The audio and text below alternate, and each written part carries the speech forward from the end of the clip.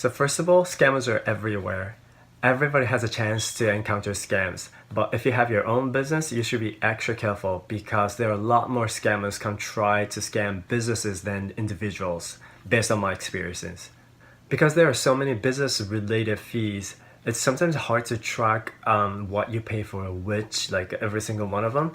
So I guess it's easy to slip in one unnecessary extra fee, and businesses might disregard or not even notice those extra fee. So I think that's what they're trying to do.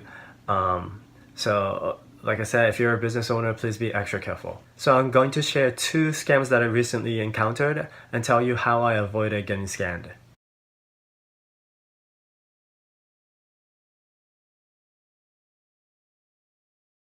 So the first one is the LADWP scam. And so there's this lady with a very strong Spanish accent called my store and said, okay, hi, my name is something, whatever, and I'm calling from LADWP, and then our record shows that we did not receive your last payment and your service will be disconnected. And so if you want to avoid that, please call whatever the number that she started giving me the number. And I was like, wait, what? It took a while for me to understand what she was saying because, like I said, her accent was very heavy. But then after I understood and confirmed what she was saying, I was like, okay, hold on, I understand. But then the thing is, like, there's no way because I just checked the bank statement last week. So I remember that it is paid, But she just keeps saying the same thing as if that was the only thing that she was prepared to say. And then I started thinking that it was really weird because first of all, I was like, I know for sure it was paid. And then secondly, I did not receive any like written notice or anything, but just calling me to tell me that it's going to be disconnected out of nowhere. I was like, that's weird. And lastly, I thought it was very weird for LADWP to hire someone with such strong accent for this position, specifically to talk about such an important matter over the phone. You know what I mean? It's just everything seems so off and suspicious. And that's when I realized something very important. Yes, I am with LADWP at my apartment, but at my business, I'm with Southern California Edison. And then I started thinking, okay, this could be a scam. So I asked her which address she's talking about, just to make sure that she's talking about my business account because my personal info might be filed related to my business account. So I just wanted to make sure on that. And then she said, oh, she gave me my business address. So with that, I confirmed that it was a scam. And so I said, okay, that's weird because I'm not with LADWP. I'm with Southern California Edison here.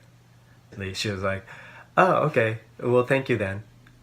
I was like, what do you mean by thank you then? Like, are you a scam? I said that. And then she was gone. She just hung up. So that's what happened.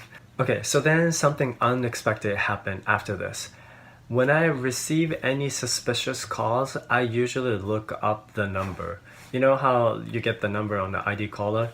So I look up the number to see if the call is legit, because something should come up by searching the number, name, or website and stuff. Or if not, then there are a lot of times that people are reporting as a scam along with the number. So something like that might come up, So just to confirm if anything comes up, anything tells me what it is. So I did that for this number too. But then the number was on the LADWP website. So I was like, wait, what? So the call was from LADWP.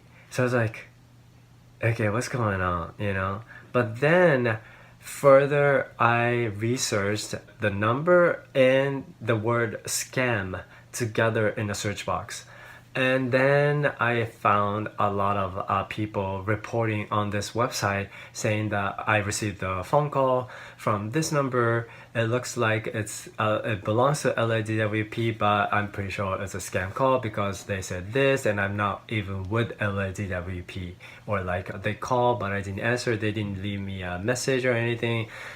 People reporting a lot of random stories what happened to them, but the calls were from the same number.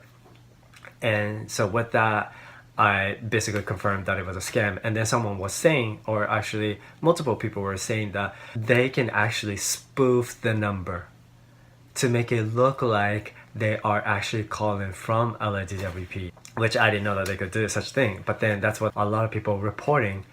It just doesn't make any sense for LADWP to call a lot of random individuals or businesses who are not with LADWP. And because there were a lot of different stories, I thought maybe there were multiple scammers using the same trick, spoofing the same number. In my case was obviously weird because she just basically gave up. If she was not a scam, when I say like, oh, that's weird because I'm with Southern California Edison, she should have continued, explained whatever the details that she has. Like when I said, are you a scam? And then she just didn't say anything and she hung up. That basically proved me that she was a scam for sure. Okay, so the second one is the IRS scam. This one was very typical. It's just automated. Called my store and said that they're gonna sue me, and doesn't give me any details because it's automated, but just gave me a callback number or something, I forget. But yes, it scares me. It's IRS, nobody wants to have a trouble with. But again, it's weird for them to sue me out of nowhere without any written documents or anything at all. Just all of a sudden they just sue me. It's just hard to believe. And so as usual, I looked up the number, and then sure enough there are a lot of same scammy stories came up, and I found articles related to this IRS scams. So, and then I even saw a lot of people reporting, oh, they said they're gonna sue me, something. There are a bunch of these websites that people can share their own experiences. So you can easily find those reports by looking at the number that you receive. So apparently these two, LADWP and IRS scams, are somewhat trends in the scamming industry, sadly. Apparently because there are a lot of people fall for it. And I found some articles that I put under if you're interested.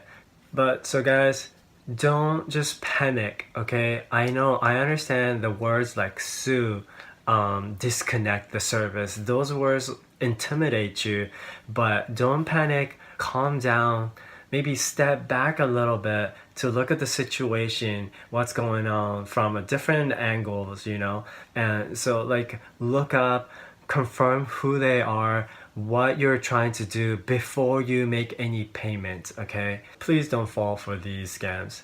I think that's pretty much it for today. Thank you for watching. Have a good one.